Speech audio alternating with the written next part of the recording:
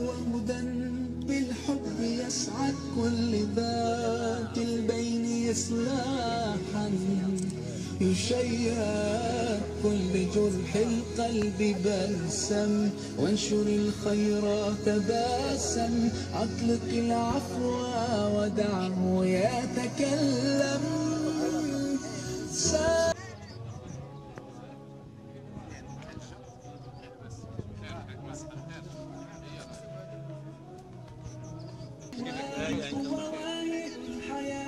فلنبتغي رضاه القادر الحليم الغافر الرحيم قال من يكن سبحانه العظيم رضيت بالله ربا وبالإسلام دينا رضيت بالله ربا وبالإسلام دينا.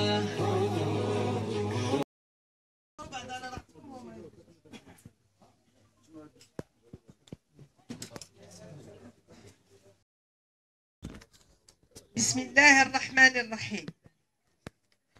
أيها الحضور الكريم، باسم الجالية المغربية وباسم المرأة الصحراوية أرحب بالجميع وأطلب من العلي القدير أن يدوم علينا مثل هذه المناسبات التي تساهم في رابط الأصل الرحم بين أبناء الوطن الواحد.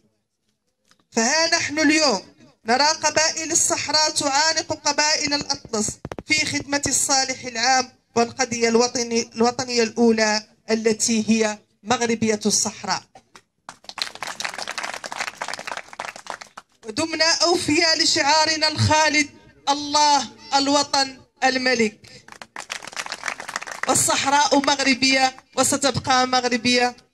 ونشكر الأخت مباركة أشعار والحاج محمد على هذه الزاوية وعلى هذا التكريم اللي كيكرمونا وعلى هذه الصدقة المباركة بين الجنوب والأطلس. كنشكرهم بزاف وكننحنوا إجلالا لهم، لأن ما عرف باش شي حد يدير بحال هذه المناسبات وبحال هذه الزاوية. وكنتمناو من الأطلس والناس ديال الأطلس باش يعاونوهم ويساعدوهم باش يمشوا لقدام. وألوم وكنلوم في نفس الوقت القائد ديال هذه المنطقة، نورمالمون يكون حاضر ويسمحوا لي نورمالمون يكون هو الأول كيستقبل هاد الصحراويين اللي جايين من البعد. وكنلوم رئيس البلدية لأنه هو أيضا كان خاصو يكون في استقبال هاد الناس. حنا كصحراويين ما عرفنا واش إهمال نحن الصحراويين أو إهمال هاد الزاوية مباركة اللي كتقام هذه السنين وسنين وسنين وتبقى علامة استفهام. ما عرفنا هاد الناس اللي ما جاو يستقبلوا هاد الصحراويين اللي جايين من البعد، هاد الوفود اللي جايين لهاد صلة الرحم بين اخوانهم في الاطلس، باش هاد ساعة القايد وهاد ساعة رئيس البلدية مالهم ما يكونوا هما اليوم كاينين هنا كيستقبلوا هاد الناس. علاش؟ الله اعلم. وشكرا للجميع وشكرا للاطلس وهاد الناس ديال الاطلس الجميل، كنشكرهم بزاف وشكرا. شكرا للأخت زهرة حيدرة.